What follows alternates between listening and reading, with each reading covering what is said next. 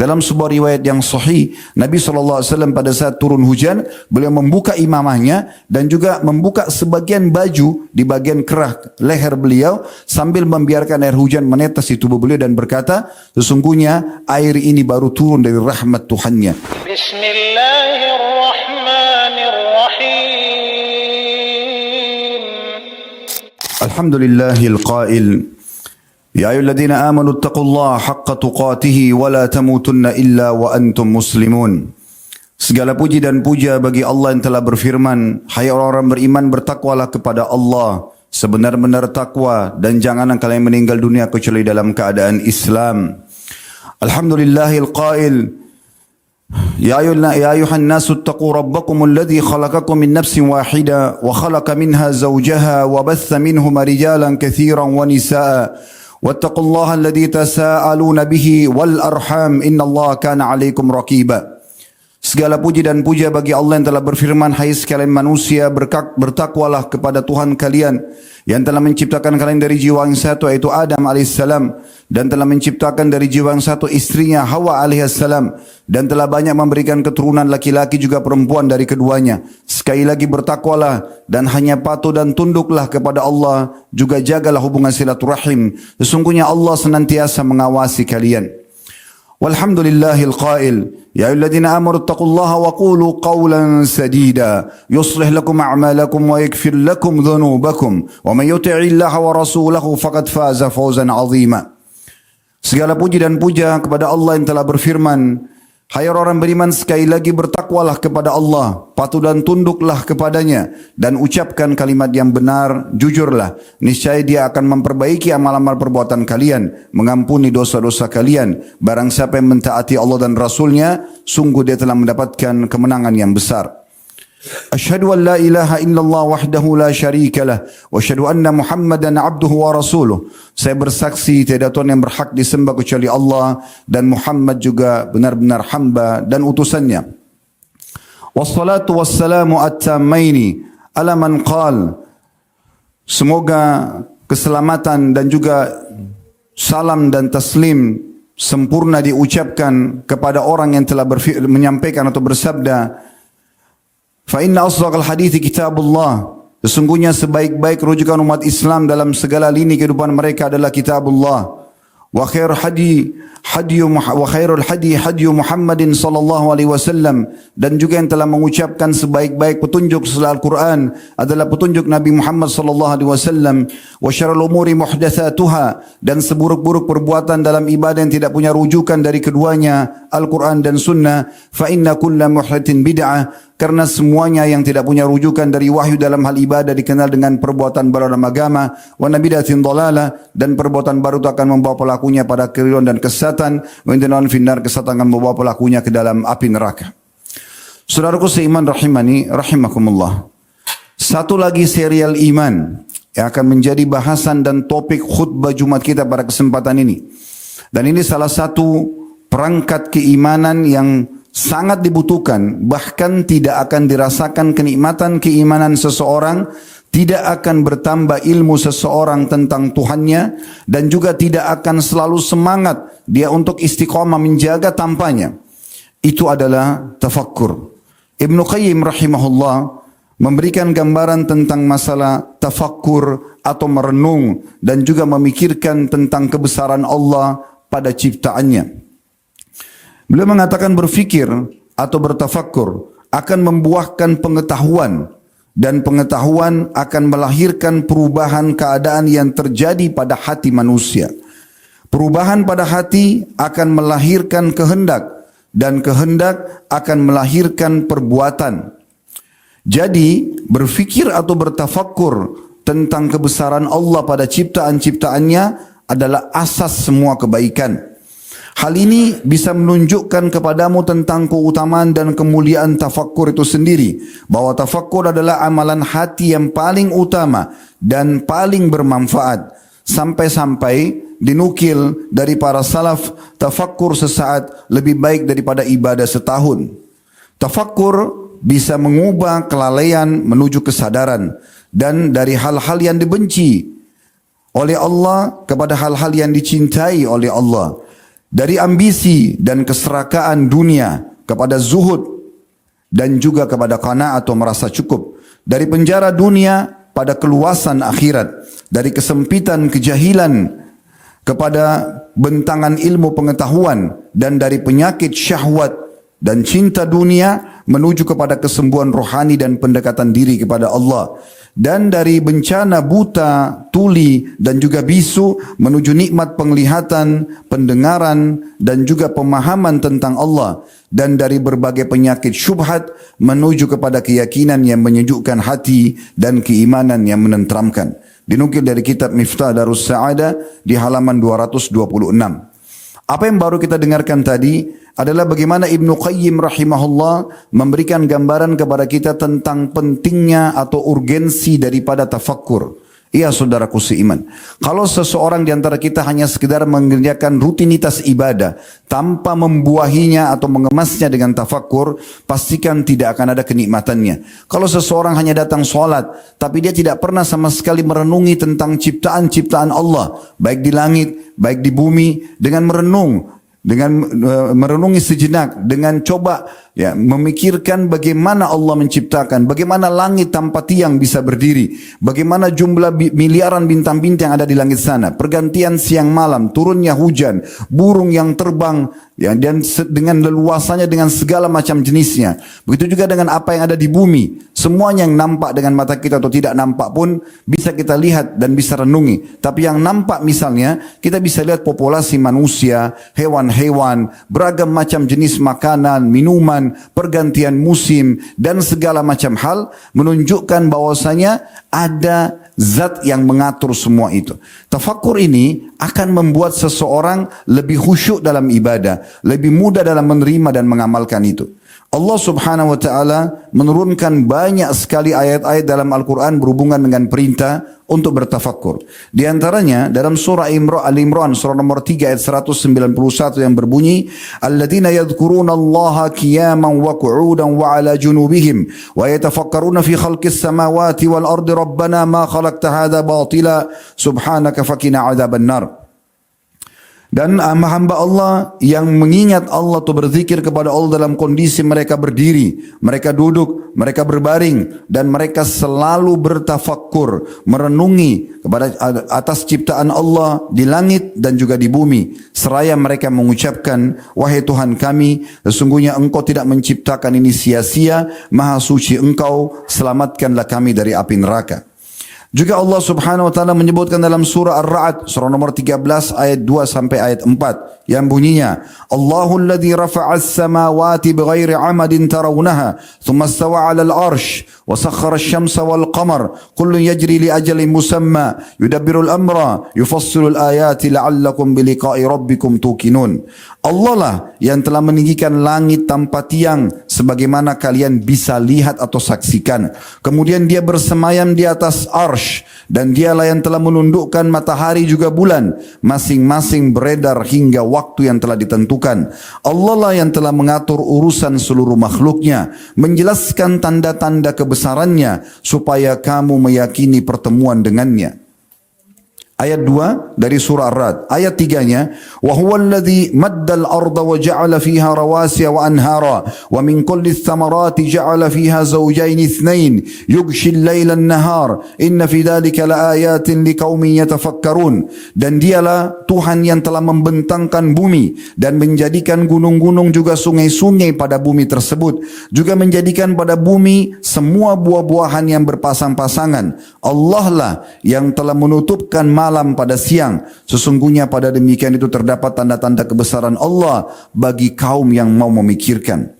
Di ayat 4-nya, wa fil ardi qita'un mutajawiratun wa jannatun min a'nabin wa zar'in wa nakhilun sinwanun wa ghairi sinwanin yusqa bima'in wahidin wa nufaddil ba'daha ala ba'din fil uqul inna fi dhalika laayatin liqaumin ya'qilun. Dan pada bumi terdapat juga bagian-bagian yang berdampingan dan melimpahnya kebun-kebun anggur, ragam tanaman-tanaman, dan pohon-pohon kurma yang bercabang dan tidak bercabang, disirami dengan air yang sama. Kami melebihkan rasa dari setiap tanaman-tanaman itu. Sesungguhnya pada demikian itu terdapat tanda-tanda kebesaran Allah bagi kaum yang mau berfikir. Saudaraku seiman, dari ayat tadi yang baru kami bacakan, kita bisa lihat ternyata dalam kehidupan kita sehari-hari. Bukankah kita melihat setiap harinya contoh buah-buahan? Dari mana buah-buahan tersebut? Siapa yang membuat jeruk warnanya seperti itu, teksturnya seperti itu, rasanya seperti itu, dan tidak pernah habis? Siapa yang telah membuat anggur menancap di tangkai-tangkainya dengan begitu cantiknya dan indahnya kalau dilihat, dan begitu juga cita rasanya, aromanya, teksturnya. Dan banyak di antara manusia tidak menjadikannya sebagai bahan tafakkur. Mereka hanya sekedar mengambil anggur tersebut, menyicipinya lalu mengatakan enak atau manis. Padahal sebenarnya harusnya dihubungkan dengan masalah berfikir. Dari mana buah-buah ini? Siapa yang membuatnya? Bahkan lemahnya manusia, kalau mereka sudah memetik satu buah anggur dari tangkainya, mereka tidak bisa menancapkannya kembali. Belum durian, belum manggis, belum sayur-sayuran. Segala macam hal depan mata kita bisa saksikan. Subhanallah, begitu juga dengan hewan-hewan yang sangat banyak. Seringlah merenung dan bertafakkur agar keimanan itu tertanam dalam hati. Dan ini akan mendongkrak dan akan membuat semua ibadah yang kita kerjakan akan mencapai kualitas terbaiknya. Allah subhanahu wa ta'ala juga mengingatkan dalam surah Al-Jathiyah, surah nomor 45 ayat 12 sampai ayat 13. Allahu alladhi sakhkhara lakumul bahra litajriyal fulka fihi bi amri wa litabtagu min fadli wa la'allakum tashkurun. Allah lah yang telah menundukkan lautan untuk kalian atau untukmu supaya kapal-kapal dapat berlayar dengan seizinnya dan supaya kamu dapat mencari karunia-Nya atau rezeki, dan semoga kamu bersyukur. وَسَخَّرَ لَكُمْ مَا فِي السَّمَاوَاتِ وَمَا فِي الْأَرْضِ جَمِيعًا مِّنْهُ إِنَّ فِي ذَلِكَ لَآيَاتٍ لِقَوْمٍ يَتَفَكَّرُونَ. Dan Dialah yang telah menundukkan untukmu apa yang ada di langit dan apa yang ada di bumi semuanya sebagai rahmat dari sisinya. Sesungguhnya pada demikian itu benar-benar terdapat tanda-tanda kekuasaan Allah bagi kaum yang mau berfikir. Dari dua buah ayat ini Allah subhanahu wa ta'ala mengajak agar hamba-hambanya merenungi melihat langit tersebut. Sejenak meluangkan waktu beberapa saat dari masa hidupnya untuk dia melihat dan merenungi bagaimana pergantian siang malam, bagaimana bintang-bintang gemerlapan di malam hari, bagaimana terbitnya matahari di waktu yang selalu hampir sama di pagi hari, terbenam juga sama, kemudian bulan nampak di malam hari. Seterusnya di bumi pun diucapkan seperti itu. Bagaimana Allah subhanahu wa ta'ala menyampaikan kepada kita agar kita merenungi semua apa yang ada di bumi ini yang sudah kami tadi berikan contoh misal dari makanan-makanan di sekitar kita. Begitu juga Allah subhanahu wa ta'ala sebutkan dalam surah Al-Furqan, surah nomor 25 ayat 48 dan juga ayat 49. Bunyinya, wa huwa alladhi arsala riyaha busyran baina yaday rahmati wa anzala minas sama'i ma'an tahura. Dialah yang telah meniupkan angin sebagai pemberi kabar gembira sebelum kedatangan rahmatnya atau hujan, dan kami turunkan dari langit air yang amat bersih. Ini setiap musim hujan kita bisa saksikan atau turun hujan. Sebelum hujan biasanya ada angin yang kita rasakan sejuk, dan Allah gambarkan dalam Al-Quran dari 1400 tahun yang lalu. Dan sebelum turun hujan tersebut kami hembuskan angin tersebut sebagai berita gembira kalau hujan akan turun. Dan kami turunkan air dari langit yang sangat bersih, yang sangat bersih. Dalam sebuah riwayat yang sahih, Nabi SAW pada saat turun hujan, beliau membuka imamahnya dan juga membuka sebagian baju di bagian kerah leher beliau sambil membiarkan air hujan menetes di tubuh beliau dan berkata, sesungguhnya air ini baru turun dari rahmat Tuhannya. Artinya sangat suci dan bersih. Tidak ada air baru. Air yang kita pakai sekarang adalah air yang dari dulu awal Allah ciptakan, itulah terus yang dipakai. Air itu menguap dengan panasnya matahari ke langit, ke awan, kemudian difilter, lalu turun kembali layak untuk digunakan. Begitulah terus, dan harusnya kita memikirkan masalah ini. Begitu juga dikatakan di dalam ayat yang selanjutnya 49-nya, linuhyiya bihi baldatan maitan wa nusqiyahu mimma khalaqna an'aman wa anasiya katsira. Dan dari air hujan itu pula kami hidupkan negeri-negeri yang sudah mati, dan agar kami memberikan minum dengan air tersebut sebagian besar dari makhluk kami, binatang-binatang ternak, bahkan manusia. Lalu Allah Subhanahu wa taala juga mengingatkan di ayat 50 ditambahkan satu ayat, walaqad sarrafna bainahum liyadzakkaru fa aba aktsarun nasi illa kufura. Dan sungguhnya kami telah menggilirkan air hujan itu dari tempat ke tempat yang lain. Dan sesungguhnya kami telah menggilirkan hujan itu di antara manusia supaya mereka mengambil pelajaran daripadanya. Namun sayangnya kebanyakan manusia tidak mau kecuali mengingkari nikmat tersebut. Demikian pula Allah menjelaskan tentang Allah menciptakan lautan dan Allah pisahkan bagaimana air asin di lautan itu walaupun bertemu dengan air tawar di sungai maka tidak bercampur satu sama yang lain.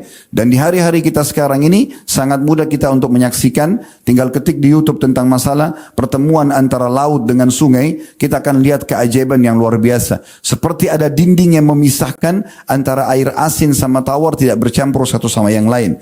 Allah sebutkan dalam surah Al-Furqan tentang masalah itu di ayat 53 dan 54-nya. Wa huwa alladhi marajal bahrain hadha 'adhbun furatun wa hadha milhun ujaj wa hadha milhun ujajun wa ja'ala bainahuma barzahan wa hijran mahjura. Dan dialah yang telah membiarkan dua laut mengalir atau berdampingan, yang tawar lagi segar dan yang lain asin lagi pahit, dan dia jadikan di antara keduanya dinding-dinding batas yang menghalangi. Wa huwa alladhi khalaqa minal ma'i basharan wa faja'alahu nasaban wa sihra wa kana rabbuka qadira. Dan dia pula yang telah menciptakan manusia dari air lalu dia jadikan manusia itu punya keturunan, dan sesungguhnya Tuhanmu Maha Kuasa. Selanjutnya Allah Subhanahu wa taala juga memerintahkan kita agar merenungi dan bertafakkur agar betul-betul kita sampai pada tingkat pengesaan Allah, tidak lagi kita berharap dan bergantung bahkan berfikir ada Tuhan selain Allah Subhanahu wa taala di diri kita sendiri. Allah Subhanahu wa taala berfirman dalam surah Az-Zariyat surah nomor 51 ayat 21, wa fi anfusikum afala tubsirun. Bahkan dalam diri kalian sendiri tidakkah kalian lihat bagaimana setiap hari kita bisa menggunakan perangkat mata untuk melihat, perangkat telinga untuk mendengar, bibir dan lidah untuk mengucap dan mengecap, tangan untuk menjama, kaki untuk melangkah. Bahkan manusia ini sangat dimanjakan oleh Allah Subhanahu wa taala karena Allah memberikan fasilitas ini agar kita memilih dan juga menikmatinya. Contoh misal, pada saat kita lapar, tubuh kita sedang membutuhkan nutrisi untuk masuk ke dalam tubuh. Tugas manusia hanya memilih dan menikmati.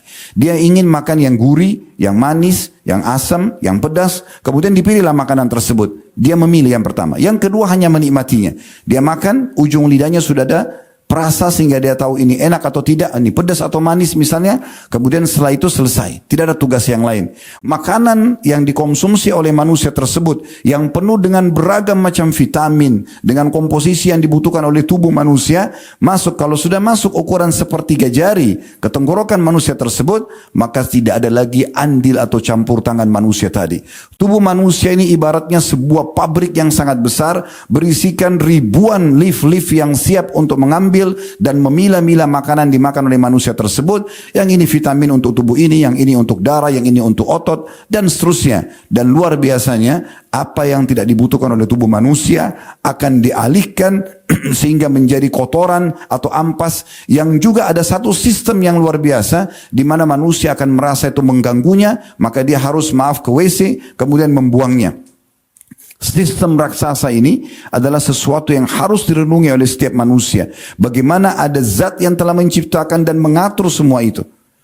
Allah Subhanahu wa taala memerintahkan Nabi-Nya Muhammad sallallahu alaihi wasallam untuk menyampaikan di dalam sebuah hadis yang hasan, yang artinya kurang lebih sekiranya seseorang itu menghabiskan waktu selama 500 tahun untuk beribadah kepada Allah yang maha mulia dan maha tinggi, maka niscaya belum sepadan dengan nikmat mata. Diriwayatkan oleh Al-Hakim. Artinya, bagaimana seseorang itu bukan hanya sekedar mengerjakan gerakan-gerakan ibadah, tapi dia coba merenungi fasilitas yang Allah berikan kepada dia, di antaranya mata saja. Kata Nabi SAW tadi, sekali lagi hadisnya, kalau seandainya manusia beribadah 500 tahun kepada Allah Subhanahu wa taala, non-stop dari bangun tidur sampai tidur lagi, belum bisa mengimbangi nikmat mata yang Allah Subhanahu wa taala berikan. Dalam surah Ar-Rum, surah nomor 30 ayat 8, Allah juga berfirman, "Awalam yatafakkaru fi anfusihim, ma khalaqallahu as-samawati wal arda wa ma bainahuma illa bil haqqi wa ajalin musamma, wa inna katsiran minan nasi bi liqa'i rabbihim lakafirun." Mengapa mereka tidak memikirkan tentang kejadian diri mereka sendiri? Allah mengatakan, kenapa tidak renungi, tidak melihat keajaiban dalam diri kita? Kenapa kita ada saatnya ngantuk? Dari mana kita ini? Dari mana ngantuk itu? Dan kenapa harus solusinya tidur? Kalau orang ngantuk nggak bisa solusi yang lain. Seperti ada satu sistem yang memaksa kita tanda kutip mengatur semua itu. Harus dipikirkan. Kalau orang ngantuk kemudian dia makan misalnya atau dia berolahraga tidak akan bisa. Harus dengan istirahat. Pada saat orang lapar, siapa yang ciptakan kita? Siapa yang ciptakan lapar itu? Dan siapa yang menciptakan solusinya? Harus makan. Tidak bisa yang lain. Orang kalau lapar kemudian dia tidur tetap akan lapar. Harus lapar itu adalah makan. Kalau orang haus, yang ciptakan kita siapa? Yang ciptakan haus itu siapa? Yang mengajarkan kepada kita solusinya minum siapa? Ini adalah bahan-bahan untuk bertafakkur, merenungi semua. Sehingga setiap kali kita menikmati apapun yang Allah telah berikan, maka kita akan mengatakan ini adalah ciptaan Allah yang luar biasa. Ini tujuan untuk bertafakkur. Cukup banyak yang bisa kita ambil pelajaran dari ayat ini. Saya kembali membaca terjemahannya. Dan mengapa mereka tidak memikirkan tentang kejadian diri mereka sendiri. Lalu lanjutan ayatnya, Allah tidak menjadikan langit dan bumi dan apa yang ada di antara keduanya melainkan dengan tujuan yang benar dan waktu yang telah ditentukan. Dan sesungguhnya kebanyakan di antara manusia benar-benar ingkar dengan pertemuan Tuhannya. Jadi subhanallah, banyaknya orang kafir karena dia tidak memulai dari masalah merenung ini. Juga disebutkan dalam sebuah riwayat yang sahih bagaimana nabi atau bagaimana para nabi-nabi itu selalu diperintahkan oleh Allah atau dijadikan oleh Allah Subhanahu wa taala mereka mengembala domba. Dalam hadis-hadis yang sahih kata Nabi SAW tidak ada satu nabi pun kecuali pasti mengembala domba. Di antara hikmah mengembala domba pada saat sebelum mereka dinobatkan jadi nabi adalah supaya mereka banyak berenung dan bertafakkur. Karena domba-domba pada saat dibawa ke sebuah ladang yang luas, maka banyak waktu. Domba kalau makan cukup lama. Dia makan, kemudian dia berhenti, kemudian dia kunyah, kemudian dia berhenti. Cukup lama, bisa dari pagi sampai sore. Maka si pengembala punya banyak waktu untuk merenung. Melihat bagaimana keajaiban yang ada di langit, keajaiban ada di bumi. Dia lebih banyak merenung waktu-waktu seperti ini. Sehingga akhirnya pada saat dirobatkan jadi nabi, mereka sudah penuh hatinya dengan keesaan kepada Allah Subhanahu wa ta'ala. Cukup banyak bisa kita ambil seperti postur tubuh manusia, pelajaran, paras wajah, warna kulit, jenis kelamin, sistem pencernaan, sistem pertahanan, bahasa, jumlah populasi manusia, semua jelas sekali membawa kita kepada poin adanya pencipta, dan itu kalau muncul dalam hati kita, sekali lagi akan melengkapkan dan akan menyempurnakan keimanan kita dan membawa kita kepada kekhusyuan. Ka'ab radhiyallahu anhu, Ka'ab bin Malik berkata, barang siapa yang menghendaki akhirat supaya dia dapat pahala maksimal nanti di surga, maka hendaklah ia memperbanyak tafakkur. Abu Darda radhiyallahu anhu berkata, tafakkur sa'atin khairu min qiyami lailah. Berenung sesaat adalah lebih baik daripada salat semalam suntuk. Jadi para salafus saleh itu biasa mereka meluangkan waktu khusus. Mereka pergi ke padang pasir, mereka pergi ke sekitar pegunungan, mereka khusus untuk merenungi saja semua apa yang Allah mudahkan dia untuk merenungi dan bertafakkur masalah itu. Aun bin Abdullah bertanya kepada Ummu Darda radhiyallahu anha, apa yang paling banyak dilakukan oleh Abu Darda? Maka dia mengatakan tafakkur atau merenung dan mengambil pelajaran. Rabi' ibn Husaim rahimahullah, seorang tabi'in. Ini pernah kami sampaikan di khutbah sebelumnya, tapi kami ingatkan kembali. Menggali sebuah liang lahat di belakang rumahnya, kemudian setiap malam masuk. Dan setelah itu dia pun duduk merenung. Mulai dia berfikir bahwasanya satu waktu saya akan masuk ke sini. Lalu dia membaca firman Allah subhanahu wa ta'ala dalam surah Al-Mu'minun, surah nomor 23, akhir ayat 99. Qala rabbirji'un. Ya, artinya orang-orang kafir nanti pada saat mereka meninggal, maka mereka mengatakan, wahai Tuhan kami, kembalikanlah kami. Di ayat 100-nya, la'alli a'malu salihan fima tarakt, agar aku bisa mengerjakan amal saleh yang telah aku tinggalkan. Maka dengan ini Rabi berkata pada dirinya sendiri. Jadi dengan dia bertafakkur seperti ini, membuat dia jadi terpicu untuk mengerjakan ibadah, untuk lebih dekat kepada Allah SWT, sebagaimana Ibnu Qayyim rahimahullah tadi katakan. Maka dia mengatakan, wahai Rabi, beramallah sebelum tiba saatnya nanti engkau akan mengucapkan perkataan yang ini pada saat wafat. Sebagai penutup, Hatim rahimahullah berkata, dengan tafakkur bertambahlah ilmu pengetahuan tentang Allah, dan dengan mengingat nikmat-nikmat Allah menambah kecintaan kepadanya dan akhirnya mencapai tingkat tertinggi dari ketakwaan. Aqulu qauli hadza, saya sudah mengucapkan perkataan saya ini, wa astaghfirullah li wa lakum, dan saya beristighfar kepada Allah, mengajak jemaah istighfar kepada Allah. Fastaghfiruhu innahu wal ghafurur rahim, beristighfarlah kepada Allah karena dia Maha Pengampun juga Maha Penyayang. Alhamdulillah, wassalatu wassalamu ala rasulillah. Segala puji dan puja kehadirat Allah subhanahu wa ta'ala, juga salawat dan taslim kepada Nabi besar Muhammad sallallahu alaihi wa ala alihi wa sahbihi wasallam. Nabi Muhammad sallallahu alaihi wasallam dicintakan kepada beliau khalwah atau menyendiri sebelum menerima wahyu Iqra bismi rabbikal ladzi khalaq. Beberapa tahun terakhir sebelum menerima wahyu itu beliau mulai menyendiri, dan puncaknya itu di Ramadan, 27 hari dari awal Ramadan sampai di malam 27-nya beliau berada di Gua Hira, dan tujuannya hanya bertafakkur saja. Ini salah satu proses yang luar biasa di mana nanti pada saat menerima wahyu beliau sudah sangat siap untuk itu.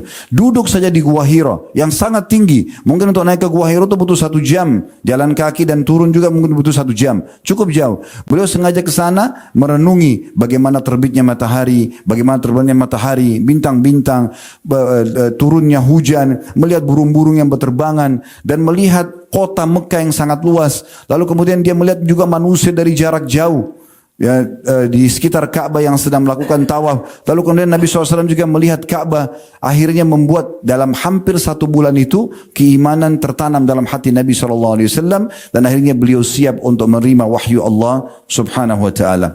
Di khutbah kedua ini kita akan isi dengan berdoa kepada Allah subhanahu wa ta'ala, karena ini bagian daripada anjuran Nabi SAW.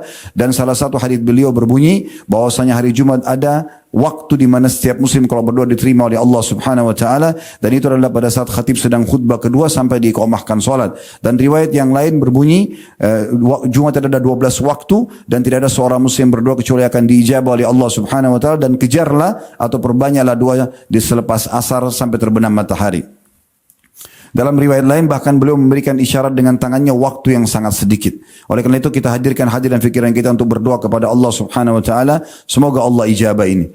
Alhamdulillah, kami memujimu ya Allah sebagaimana layak kau dipuji sebagai pencipta, dan kami memujimu dengan penuh keyakinan kalau engkau sedang mendengar kami kerana engkau maha mendengar, dan melihat kami kerana engkau maha melihat, dan juga engkau maha mengetahui niat-niat kami dan juga tujuan-tujuan kami dalam mengerjakan setiap ibadah kami. Dan juga kami mengucapkan salam hormat kami kepada utusanmu Nabi Muhammad SAW, sebagaimana engkau telah perintahkan kami untuk mengucapkan salam hormat tersebut. Ya Allah, kami tidak berkumpul di masjid ini kecuali untuk melaksanakan salah satu kewajiban untuk membebankan kepada kami kaum laki-laki muslimin untuk mengerjakan solat Jumat. Terimalah ibadah ini dengan pahala yang sempurna, serta terimalah seluruh amal-amal soleh yang pernah kami kerjakan, wajib ataupun sunnah, yang sedang kami kerjakan, yang akan kami kerjakan sampai menjelang ajal datang nanti dengan pahala yang sempurna. Ya Allah, maafkanlah semua kesalahan kami, kelalaian kami, dan tutuplah semua aib-aib kami, juga seluruh kerabat kami, muslimin dan muslimat, mukminin dan mukminat, yang hidup dan juga yang sudah meninggal. Ya Allah, sebagaimana engkau membuat kami lahir di negara kami tercinta ini, maka tentramkan negara kami, makmurkan negara kami, amankan selamanya negara ini. Ya Allah, bukalah pintu-pintu rezekinya, berilah petunjuk para pemimpinnya agar menjalankan tugas dan amanah dengan baik. Maafkanlah kesalahan mereka, mudahkan dan berikanlah balasan yang besar atas apa yang telah mereka berikan untuk agama, untuk negara dan juga untuk masyarakat. Dan berilah petunjuk seluruh masyarakat Indonesia agar mereka bergotong royong dan bersama-sama menjaga kesatuan dan dan persatuan, serta juga mensyukuri nikmat-Mu sehingga tidak terulang apa yang telah terjadi pada kaum Sabak kepada kami, dan jadikan kami sebagai contoh bagi negara-negara yang lain. Ya Allah, tolonglah saudara-saudara kami di Palestina, di Syria, di Yaman, dimanapun mereka yang sedang tertindas. Ikhlaskan niat mereka, terima para syuhada mereka, muliakan Islam di tangan mereka dan tangan kami semua, dan ikut sertakan kami bersama mereka di pahala, baik dengan doa, dengan harta, juga dengan jiwa kami. Dan juga ya Allah, berikanlah kami semua yang kami butuhkan di dunia. Rabbana atina fid dunya hasanah, dan semua yang terbaik yang kami butuhkan di akhirat. Wa fil akhirati hasanah wa qina adzabannar, selamatkan kami dari api neraka. Wa adkhilnal jannata ma'al abrar, masukkan kami ke dalam surga bersama orang-orang yang patuh. Ya Azizu ya Ghaffar, wa izat yang maha mulia dan maha pengampun, ya Rabbal Alamin, Tuhan alam semesta. Wa sallallahu nabiyina Muhammadin walhamdulillahi rabbil alamin. Inna Allah ya'muru bil adli wal ihsani wa ita'i dzil qurba. Sesungguhnya Allah selalu memerintahkan kita berbuat kebaikan, keadilan, dan juga berbuat baik pada sanak kerabat. Wa yanha 'anil fahsya'i wal munkari wal baghi, dan Allah sangat dalam perbuatan keji, perbuatan dosa dan pembangkangan. Ya'idukum la'allakum tadhakkarun, itulah peringatan dari Allah, jadikan sebagai prinsip hidup kalian. Fadhkurullahal 'azim yadhkurkum, ingatlah Allah selalu maka Allah akan ingat kepada kalian. Washkuruhu 'ala ni'ami yazidkum, syukuri nikmat dia pasti akan tambah. Wa dzikrullahi akbar, mengingat Allah adalah amal yang paling besar. Wa aqimis shalah, dan dirikanlah salat.